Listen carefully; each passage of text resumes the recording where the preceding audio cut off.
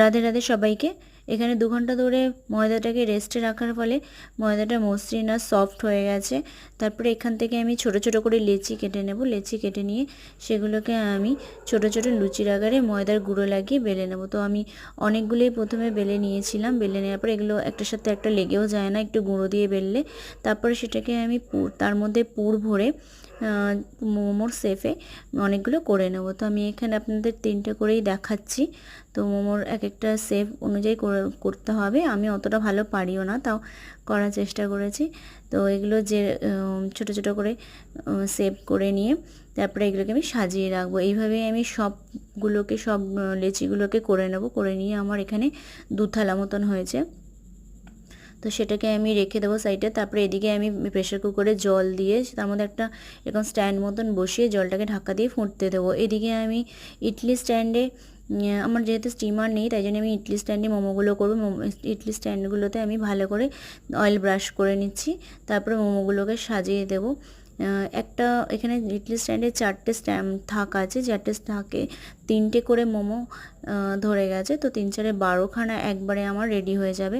তো এটাকে ওই জলটা ফুটে উঠেছে তার মধ্যে আমি বসিয়ে দিয়ে ওখানে একটা বাটি দিয়ে ঢাকা দিয়ে দেবো। এখানে আমি একটা সস বানাবো। সসের মধ্যে দেবো শুকনো লঙ্কা, বাদাম, এখানে পেঁয়াজ কুচি আর টমেটো কুচি। তো প্রথমে আমি প্যানের মধ্যে তেল গরম করে তার মধ্যে শুকনো লঙ্কা আর বাদামগুলোকে দিয়ে হালকা একটু নেড়ে নেব। নেড়ে নিয়ে তার মধ্যে একটু সামান্য হলুদ গুঁড়ো দেবো কালারের জন্য। তারপর একটু নেড়ে চেড়ে তারপরে আমি পেঁয়াজগুলোকে দিয়ে দেবো। পেঁয়াজগুলোকে একটু ভাজবো।